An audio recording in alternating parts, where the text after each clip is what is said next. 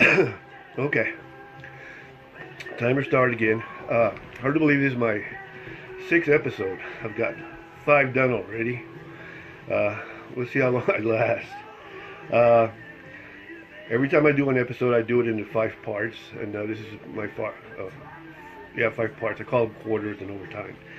So this is first part of the first quarter. Normally, the first quarter I talk about when I was a kid or stuff that happened to me in my life. So today what I want to do is I want to show you where I grew up.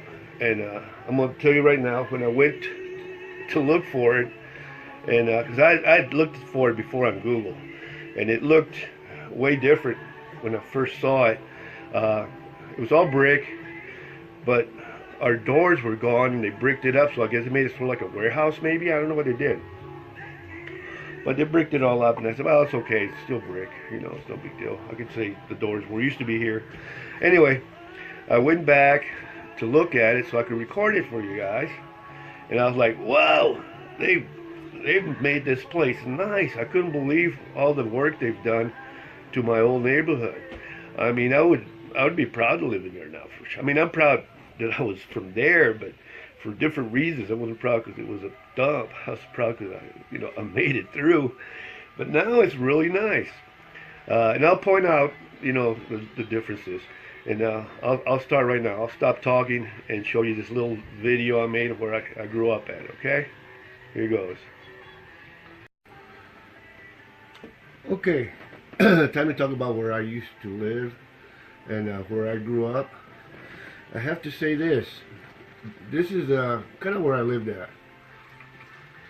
And I have to say this, they've done a great job.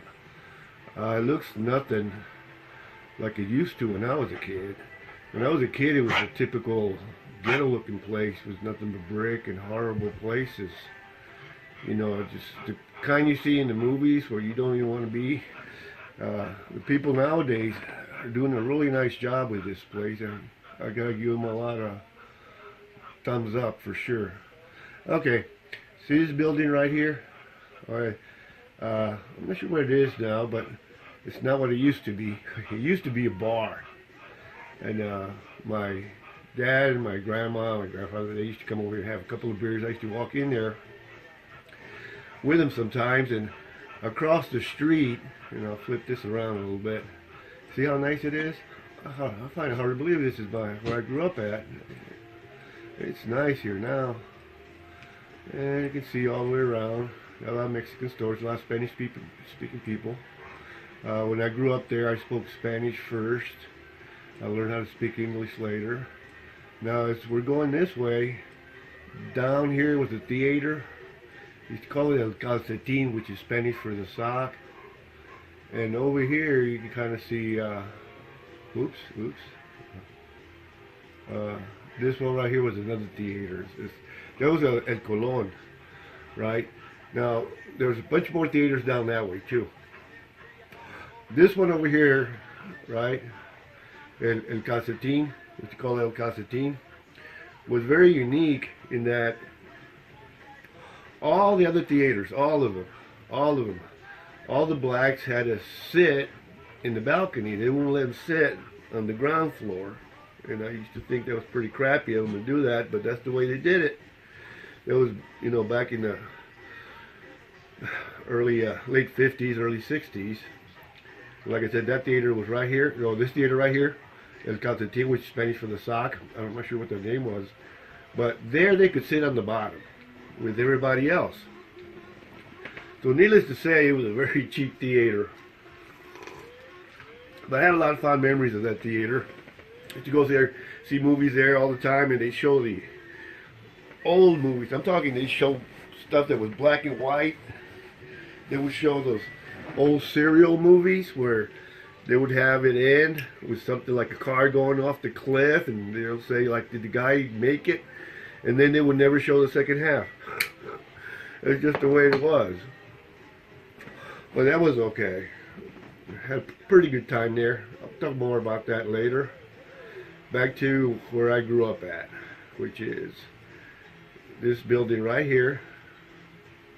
Okay, now keep this in mind. See how wide this building is? you go straight back. We lived in an apartment, and this apartment had 4 rooms.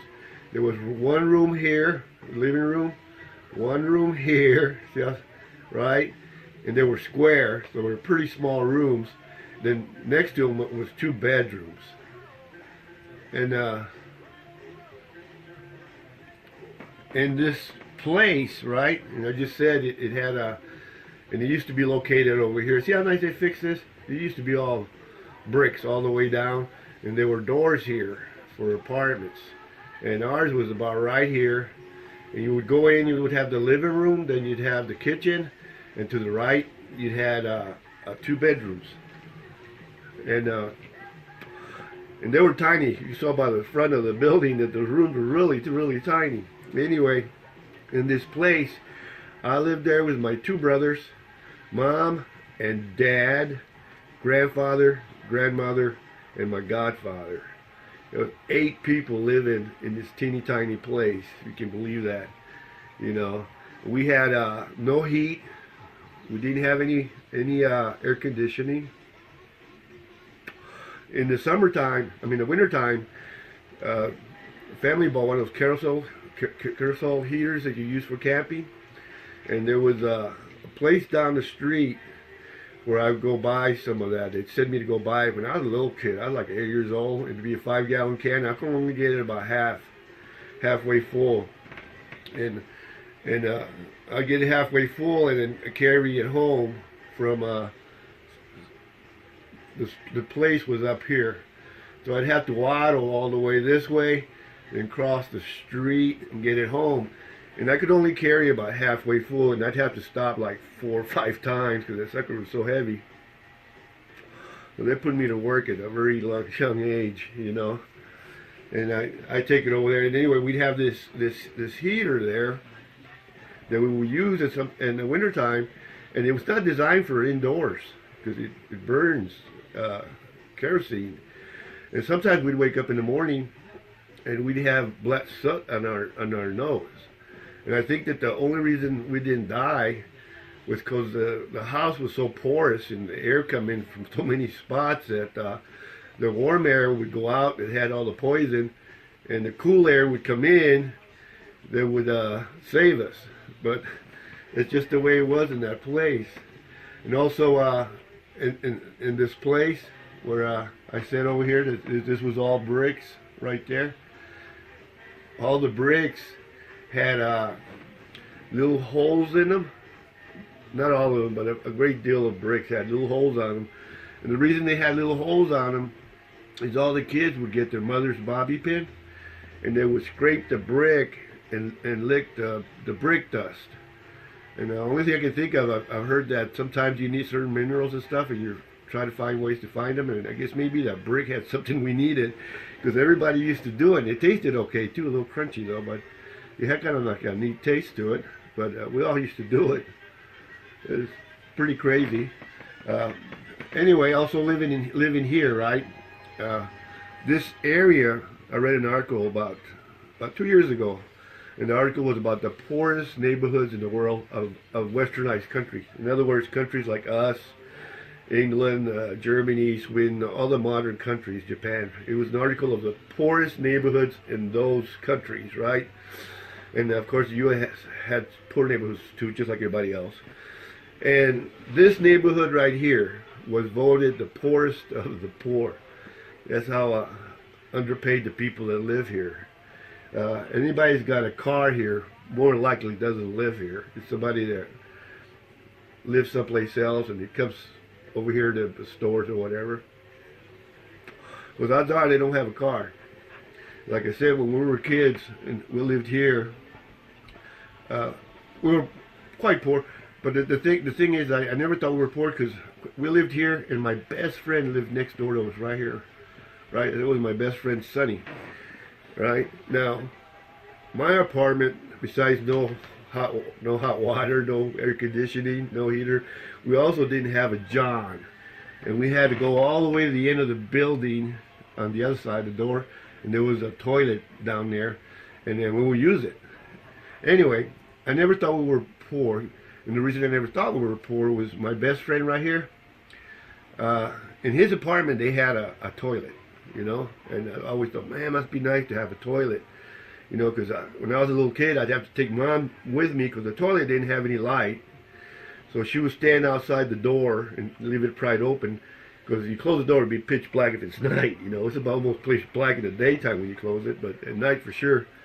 And she'd be there, and I'd have to take care of business. She'd be outside the door because I was afraid to be in there by myself, because I was so teeny little guy, you know. And then I got older, and once I got older, I'd go in there by myself, and I'd lock the door, and I'd have matches, and I'd light these matches, and all the cockroaches running up the wall, I'd set them on fire for fun. It's what you did, you know. Anyway, I always thought that my best friend that had a John in her place, right? I always thought that he was rich because they had a John, right? And my other best friend lived across from us, not in our apartment, but right behind it was another apartment building. And he was my second best friend, and they had like 8 kids in his family. And we used to give them food because they were, you know, they'd be in really bad shape sometimes, but we'd give them food. So the way I saw it was my best friend was rich, my second best friend was poor, and I was middle class.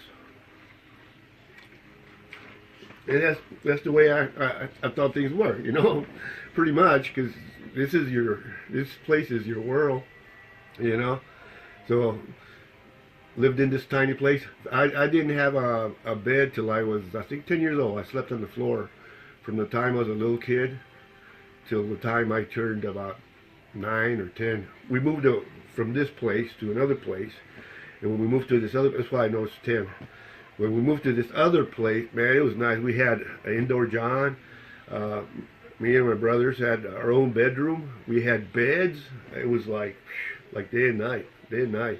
And Mom was single by then, and she was a working mom. She worked all the way at far, so she used to walk down this street, this other street, catch a bus. Have to go on this bus for like 40 minutes to get to work and then come back. But she was awesome. She took great care of us. Anyway, back to this place here. Like I said, this was a bar right here, and there used to be another bar across the street, and right there was another bar. And when you went down the street, there were like 3 or 4 more. They were like all over the place here. It was I don't think there's a single bar here anymore, but that's the way it used to be. And another thing that's kind of odd here is that I walk by all these bars all the time. All the time I walk by these bars because we go in different places and stuff, doing different things. And every time I walk by a bar, they had a sign outside that said "No Minors," right? And I noticed that all the bars had this sign, "No Minors."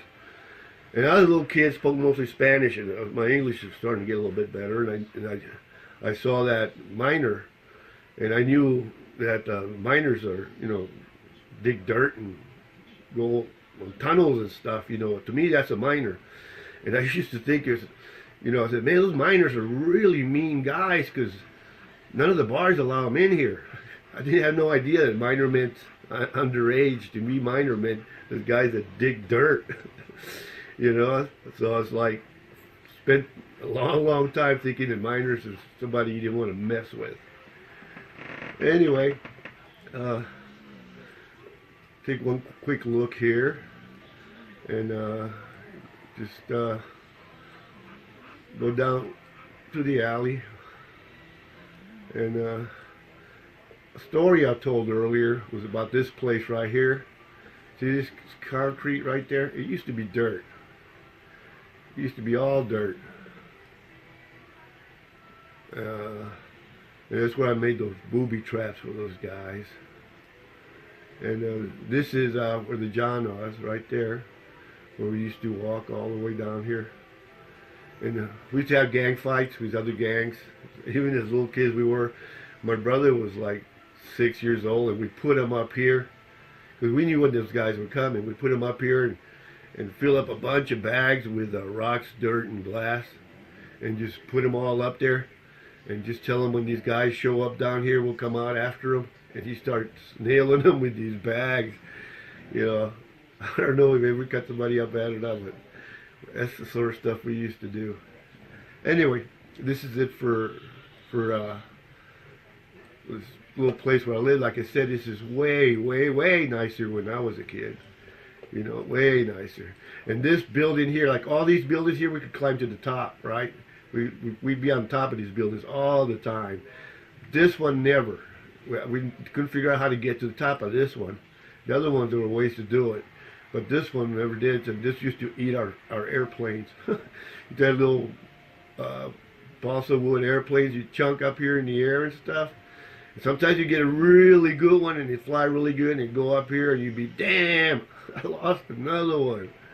And normally those are the best ones because some of them suck. Anyway, we'll talk to you later.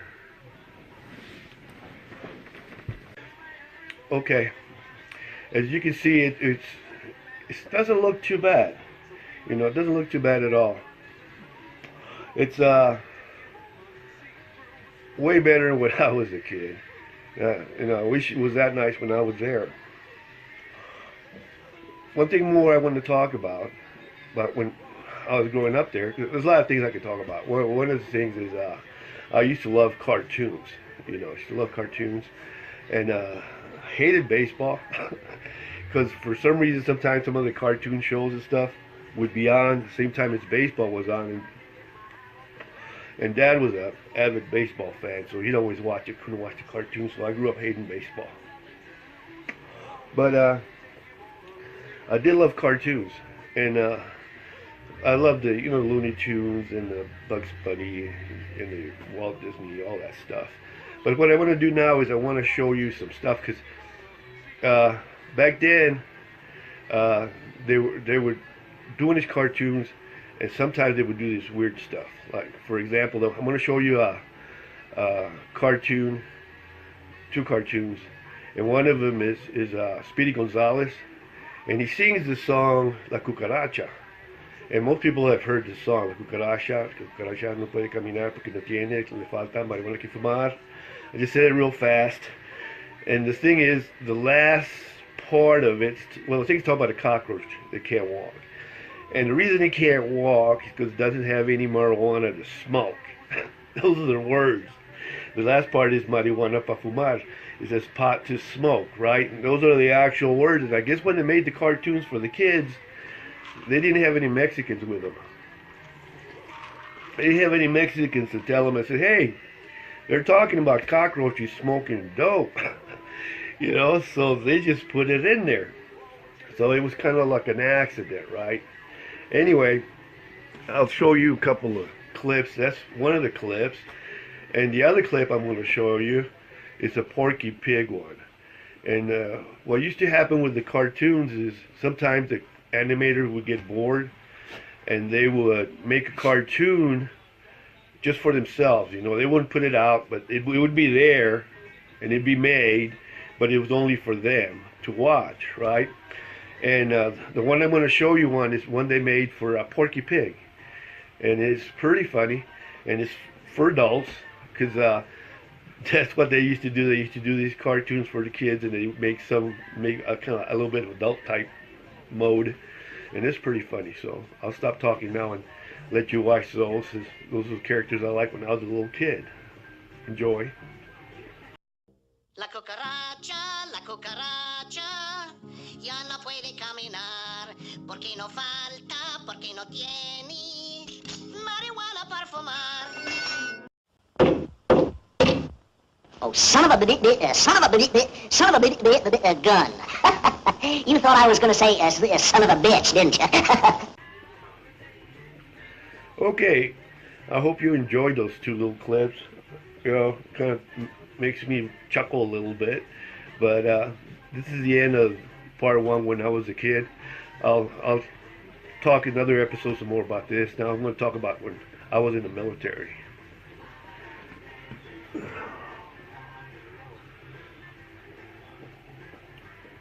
Okay, time for the second quarter. Second quarter is about when I talk about the military. My story today is going to be when I was stationed in Alamogordo. That's Holloman Air Force Base. It was my last base I was stationed at. And the planes we had there were the stealth airplanes, the F-117s.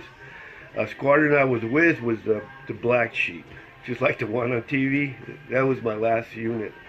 And we had the stealth airplanes. Very, very strange airplane.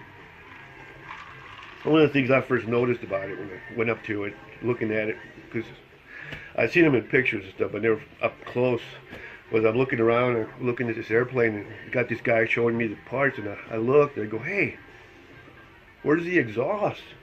You know, because it's got a jet engine in it, and you go look in the back of them, and it wasn't an exhaust for the stuff. I mean, it's supposed to be a huge thing for stuff to fly out when the motor's running.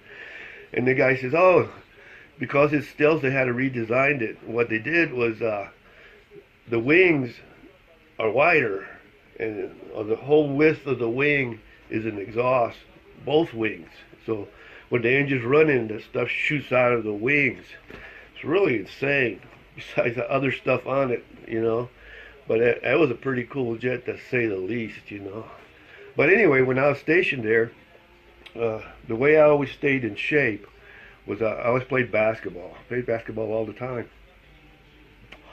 And they each had a basketball court, and the base was like on the other side of town where I lived, so I had to go across town to get to the base.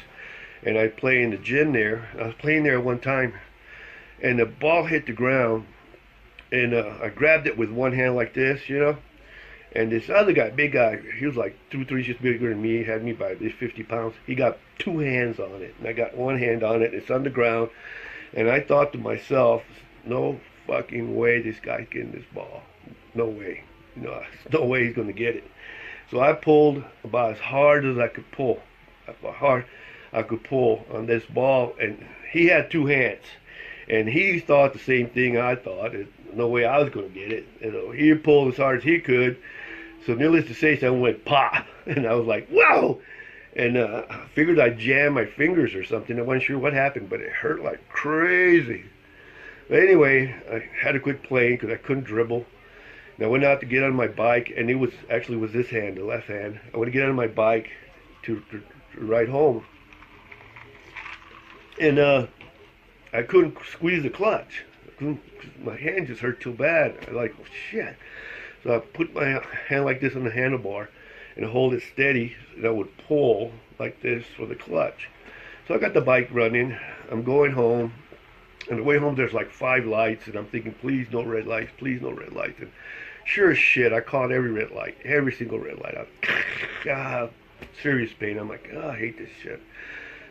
I made it home, and my fingers didn't feel right. And a lot of times when you jam your fingers, if you pull on them, right, and pop them, they feel better. So I popped this one, and this one, but this one I couldn't pop. It hurt too bad.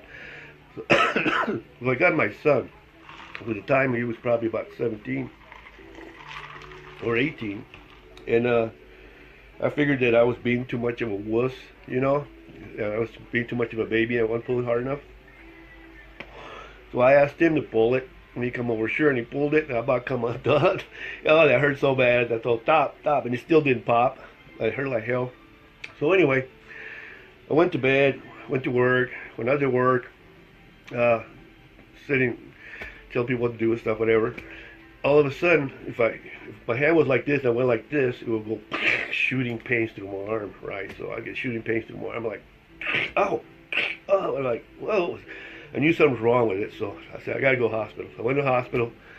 They x-rayed my hand, and I broke, this finger was busted down here. And the doctor says that he's gonna have to put me in a cast. You know, it says that the bone looks pretty good, the way it's lined up and everything. It seems to be okay, but you still gotta have a cast.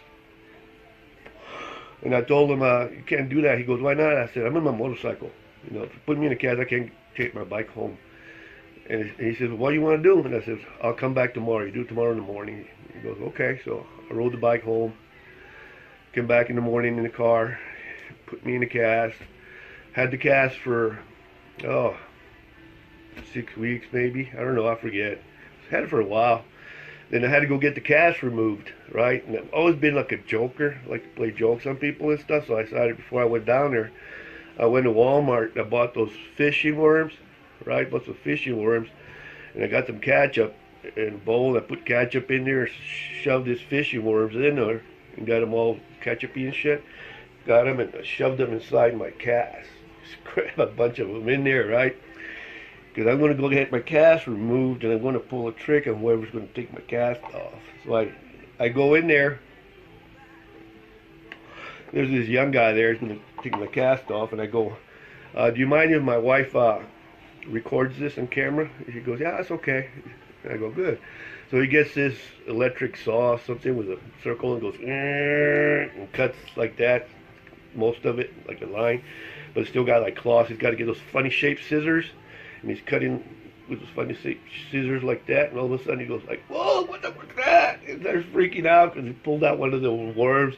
Oh, earlier I forgot to tell you, before he started cutting, I had told him that I felt stuff moving in there. Hey, stop it. You know, stop it. Oh, my doggy's going crazy. They're pretty old, but they're good dogs. Anyway, I had told him that I felt something crawling in there, right? And the guy says, oh, that's normal. I said, really? It's normal? He goes, yeah, it's normal. So when he cut in there and pulled him out, he was like, holy shit, he did have stuff in there. But that was pretty funny. And we got it on videotape too, so that was pretty cool. Anyway, that's it for my military story. And oh yeah, one last thing about Holloman Air Force Base in Alamogordo. Probably the best place on the planet to live if you're a biker. I love the desert. I love the desert, and over there it's just like it is here. You know, huge desert. You can ride around year long. But the difference between here and there is that Alamogordo is 20 miles away from Cloudcroft.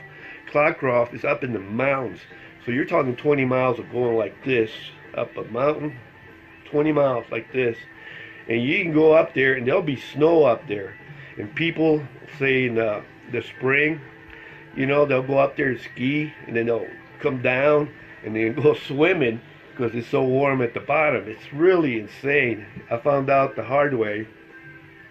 The first time I went riding, it was a nice day, and I had a t-shirt on. I'm on my bike, and I said, I'm going to go up to Cloudcroft. And I started going up like hill. About halfway there, I was like, holy shit, it's getting cold. And it did. It got cold. It must have dropped 20 degrees or better, maybe even more than that. But it's a really unique place. And as you go, you're going up this hill like that, there's a tunnel you go through. And before you get to the tunnel, there's nothing but dirt left and right. Hardly no plants. You go through that tunnel, come out the other side, there's trees up there and stuff. It's like you time warp to another planet or something. It's really insane. That is one cool place. Okay, this is it for the second quarter. I'll be doing third quarter in a minute. Okay, time for the third quarter. This is where I talk about death and life. And basically my guide on what to do after you're dead. So I'm going to start out with this. Ooey gooey was a worm. A mighty worm was he. He sat upon the railroad track. The train he did not see. Ooey gooey. Probably wondering what the hell this got to do with death, or a guide what to do after you die. Well, these little short stories, which is about a worm that sits in the track and gets squished. I learned that when I was a little kid, and there were these kids, right, in the movie. They were called the Bowery Boys, and they were older kids. You know, at the time I was like, you know, under 10 years old. But I love watching their shows. It's kind of like the Three Stooges type, kind of, except they were kids. And one of the kids was Satch, and he said that poem in one of the movies, and I never forgot it. It just got in my head because I thought it was so stupid, but it just stayed in there. You might go to Google and you can Google the Bowery Boys, and you can see some of their movies. They're pretty funny, but they're all like black and white. I mean, when I saw them, they were old already. But anyway, back to the worm being dead. And as far as what to do after you're dead. And the reason I brought the worm story up is after you die, you can do anything you want, of course. It's the way I see it. That's what heaven is. And one of the things you can do is be an animal. I mean, decide, well, I want to be a lion, or I'm going to be a tiger, or I'm going to be a cow, or whatever. And basically, it's like the Hindus, you know, they believe their ancestors are in the cows, right? So they might be right for all you know. Because if you have a choice once you're dead to do whatever you want, I mean, that's a possibility, of course. I mean, you've got eternity to do whatever you want, and you could pick every single animal on the planet, every single one of them, and spend a lifetime, one of their lifetimes, you know, from birth to death, and just experience it, you know. And I think, personally, because I've thought about this, as to if I was going to do this, which would be the first animal I would pick, and that was pretty tough, you know. That was pretty tough, because so many things you can think about. But I think I settled on a dog, you know. 'Cause dogs are special. I mean, we have them like family members. So I think I would come back as a dog first, and then after that I would try other animals. You know, a bird would be cool. You know, I must say, if I came back, I think I'd come back as a hawk. A lot of people would say eagle, but see, hawks are faster, and they got the records for the fastest bird. Well, at least a falcon does. I think a falcon has a record, but it's pretty close to being a hawk. Hawk's pretty quick, but that doesn't matter, because you could be a falcon, live it, and then come back as a hawk, come back as an eagle, come back as a penguin if you want to come back as a penguin. But you can experience all these different things. So anyway, that's one of the things I think you can do. And I like that idea. I like that possibility. You know, for sure. I don't know if I want to be a cockroach, though. You know, but anyway, that's the death part of it. So the next part I'm going to talk about now is the life part. What I decided to do in the life part, I'm going to try to do it from now on, is get somebody that's living, as a family member, and get them to do something, and then put it on, right? So anyway, I talked to both of my sisters, and I told them, I said, I want you to do this for me, right? I got two sisters, Lori and Lizard. It's actually Elizabeth, and she told me long time ago, she says, stop calling me Lizard. And didn't work, still do it, and she told me this probably 20 years ago. But, you know, that's the way we are. It's one of the things I love about my family, like my brothers, my mom, my aunts, my uncles. We all got a great sense of humor. I mean, all of us are sort of people that's, the glass is half full. Because you always say half full or half empty. And the difference between the two, and I'll explain it to you right now in case you don't know, is if it's half full, the way you're thinking is that it's going to get fuller. You know, it's going to get more. So you have a positive attitude, as opposed to if you think it's half empty, you're thinking it's starting to go down, it's going to go down some more. So you're looking at the downside. So basically in my family, we're all, you know, half full type people, with good attitudes, good sense of humor and everything.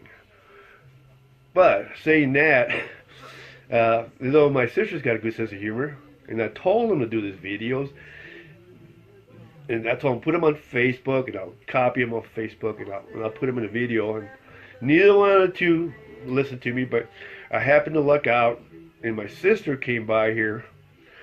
She was in town. She's in Monahans, we're in Odessa. And I said, hey, you're going to do this now. I got my phone, we're going to do this. So we did it.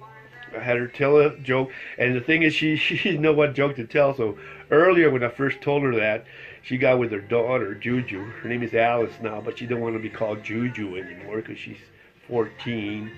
But of course, her mom's Lizard. She's Juju with me forever. But anyway, she got with her daughter. Daughter told her a joke to tell, and now I'm going to stop this video and show you that joke. Okay, hold on. Okay. Are you ready? Mm-hmm. You sure? Yes. Are you ready? Yeah, I'm ready. Okay. It's third time, huh? Go ahead. Yeah? Yeah. Okay, Gilbert wants me to say a joke. But I'm not good at jokes, so here we go. What do you call a magic owl? What do you call him? Houdini. Okay. Something about that joke is hilarious. The funniest part, if you rewind it again, at the end, when she finishes a joke and she starts to walk off, SpongeBob looks at her, makes this funny face like she couldn't believe she told that stupid joke. It's hilarious. I don't know. When you put stuff on Facebook, right? Like when I put stuff on Facebook, you'll get some likes and stuff and some views. And you might get 10, or personally, I'll get, if I'm lucky to get 20. You know, even though I got a lot of friends, but they're not always on there. But anyway, when we did this little video you just saw with my sister, right? I put it on there before putting it on here, just for the hell of it, because she didn't want it on there, so of course I did it. Because she said, "Don't do that," and I said, "There." And that video, within about 2 hours, had 50 views, and by the time like 9 o'clock, she had like almost 100, and the following day she was up to like 130 or something like that. I was like, "What the hell?" You know, she must have about 1 million friends or something. But anyway, be honest with you though, I think it's really funny. It's really cool, and hopefully I'll get my other sister to do it. And I got my brother. My brother wants to do it. He already said he would, and then we'll get some of my uncles and my aunts to do it too, because they're hood too. They're the same way we are. They got a great sense of humor, and they're a hoot. And if you like my sister's silly joke, they got better jokes, way better. They got their own jokes. They don't have to go to their kids. Okay? So anyway, I'm going to stop now. This is the end of the third quarter. Then we'll start the fourth quarter now. Okay, time for the fourth quarter. Fourth quarter is a joke. I always tell a joke. And I'm going to tell one about, well, I won't tell you what it is, but there's a movie coming out, and it's about him pretty soon. So I'm going to tell this particular joke. There's two guys in a bar. It kind of starts the same way as the other one, but it's a different one, okay? They're drinking and stuff. They just met, and they're having a good time and enjoying it. And they're one of those bars in those skyscrapers that's like 50 stories up in the sky, you know, one of those special club-type bars, you know? And these two guys are having a good time, and this one guy looks at the other guy and says, you know, says, the way these buildings are made, they're really close, and in the city it's real windy, you know, and it's really windy, and if you were to go outside of the balcony and jump, you would fall, but before you hit the ground, the air, because it's so windy, would pick you up and throw you back up. And the other guy looks at him and says, man, I don't know what you're on, but that sounds so stupid. You know, there's no way that can happen. The guy says, yeah, no, really, dude. No, really. Really. I mean, I've done it a bunch of times. It always works. And this other guy looks at him and says, okay. I haven't been drinking, but I'll say this. If you prove it to me, I'll do it. And the other guy goes, really? Okay, come on, let's go. They go out on the balcony. This drunk that's saying you can do this. Says, okay, watch this. Check this out. He climbs on top, jumps off, is falling down like great speed. But right before he hits bottom, it's like the air catches him, throws him back up, and he lands back on the balcony and goes, see? It always works. Always works. It always works. The other guy's like, wow. It's like, I thought you were lying.